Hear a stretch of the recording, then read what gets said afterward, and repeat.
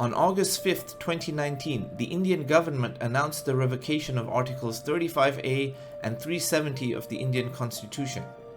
The government has also announced its intention to divide Indian administered Kashmir into 3 administrative territories: a Kashmir Union, a Jammu Union, and a Ladakh Union.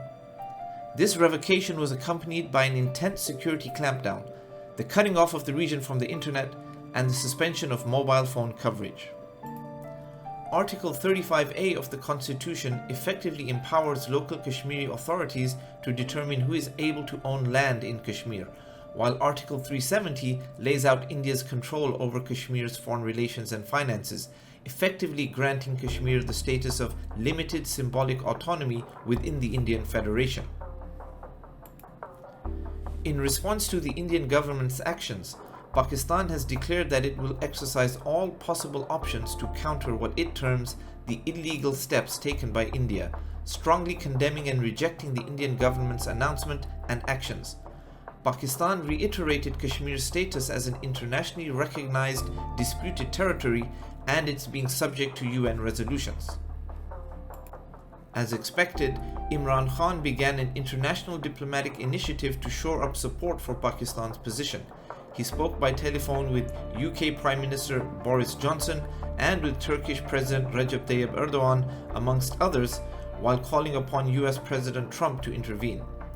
Aside from Turkey's Erdogan, Khan received little more than acknowledgement of the seriousness of the issue and support for a peaceful resolution to the rising tensions. Why did India take this action at this time? And what are the political and strategic ramifications for Pakistan and for the region? There are 2 notable dimensions to this development: the internal aspect and the external or regional aspect. As for the internal aspect, it is important to understand the demographic makeup of Indian administered Kashmir. The Kashmir Valley itself is predominantly Muslim, with over 95% of the population identifying as Muslim. As for the Jammu region, it has a divided population. The population of southwest Jammu is overwhelmingly Hindu, while eastern Jammu has a mixed population with a majority Muslim representation, but including Hindu and Sikh communities. Ladakh, the largest province in terms of area, has a population that is predominantly Buddhist. The exclusive Muslim nature of the population of the Kashmir Valley is the basis of Pakistan's assertion that the region should have acceded to Pakistan at partition, as per the wishes of its residents.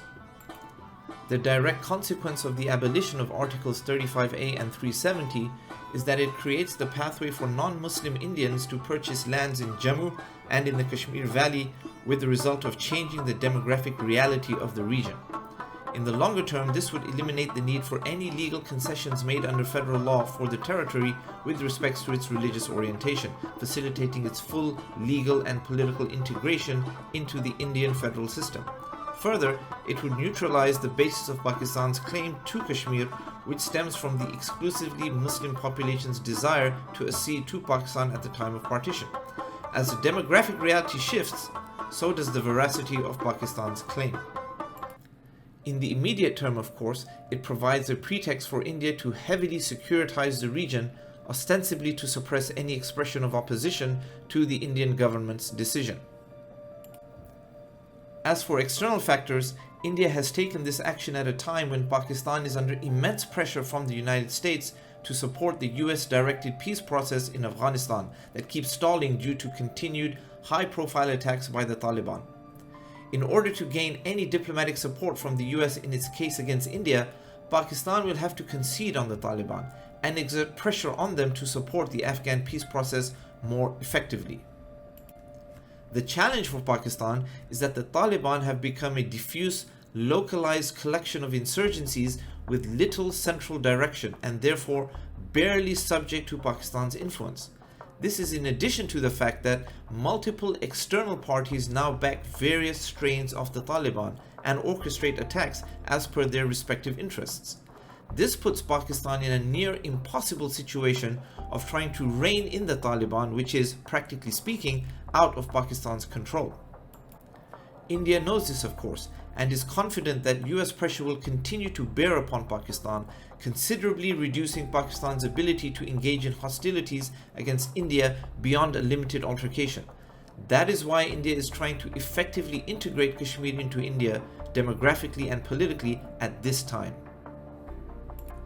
Another dimension is that this escalation and possible hostilities raises the diplomatic pressure from China, the US, and Britain, which is still trying to remain relevant in the crisis, to back the resolution of the Kashmir conflict, an issue that India and the US want to see concluded, but which Pakistan, the UK, and possibly China would like to draw out.